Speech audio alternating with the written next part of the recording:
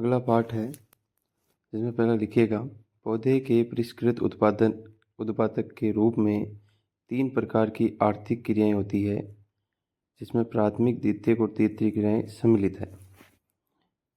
आगे लिखिएगा, कृषि प्राथमिक क्रिया का हिस्सा है। अनुकूलन, स्थलाकृति और मृदा और जलवायु कृषि क्रियान्वित के लिए अनिवार्य है। जिस भूमि पर फसलें उगाई जाती है उसे कृषिगत भूमि कहते हैं। पहला है पॉइंट लगाना, कृषि तंत्र। कृषि या खेती को एक तंत्र के रूप में देखा जाता है। इसके महत्वपूर्ण निर्देशन में उर्वरक और मशीनरी, श्रमिक, जुताई, बुनाई, सिंचाई, निराई, कटाई कुछ क्रियाएं हैं। इस तंत्र को निर्गतों के अंतर्गत फसलों, उन, डेयरी, कुक्कुट उत्पादन में आते हैं। अगला लिखिएगा, कृषि के प्रकार। कृषि को 2 भागों में बांटा गया है, निर्वाह कृषि, वाणिज्य कृषि। निर्वाह कृषि इस प्रकार की कृषि कृषक परिवारों की आवश्यकता पूरा करने के लिए की जाती है। इसे फिर 2 भागों में बांटा जाता है। ये 2 भाग लिखिएगा, कृषि, निर्वाह कृषि और वाणिज्य कृषि। इसके बाद है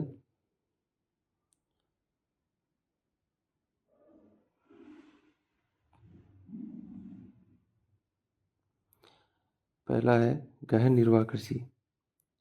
किसान एक छोटे भूखंड पर साधारण औजार और अधिक श्रम से खेती करता है। अधिक धूप वाले दिनों में शुष्क जलवायु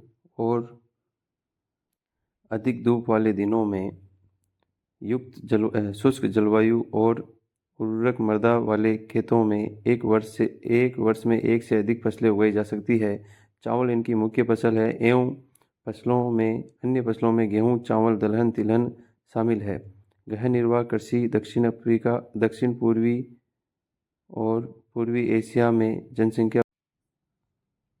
आदिम निर्वाह कृषि, आदम लिखा उसका आदिम कर लेना। स्थानांतरित कृषि और चलवासी पशुचारण दोनों में बांटा गया है। पहला स्थानांतरित कृषि, ये हमने पहले पढ़ा, इसमें देख लेना। यह कृषि अमेजोन बेसिन के वर्षन में और क्षेत्र में उष्णकटिबंधीय अफ्रीका, पूर्वी एशिया, उत्तर पूर्वी भारत के भागों में प्रचलित है। इसमें वृक्षों को काट कर उसे जलाकर उन्हें साफ कर भूखंड को साफ करके किया जाता है। उसकी मृदा में मिला दिया जाता है, उसकी राख और खेती की जाती है। ऐसे करते हुए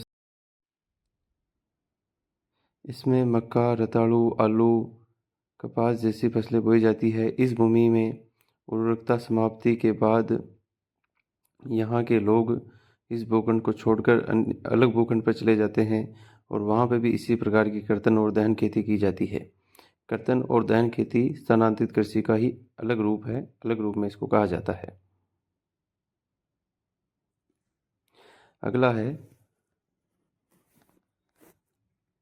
चलवासी पशुचारण भूमि कृषि।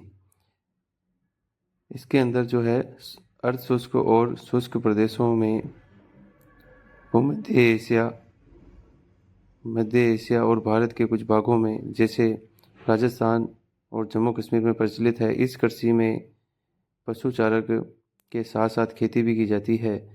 पशुचारक मुख्यतः जो भेड़, ऊँट, मवेशी, बकरियां पालते हैं।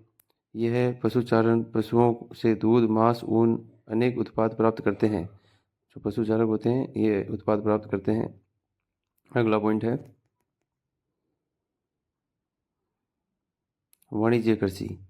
ऐसी कृषि जो व्यापार के लिए की जाती है, जिसमें व्यापारिक फसलें बोई जाती है।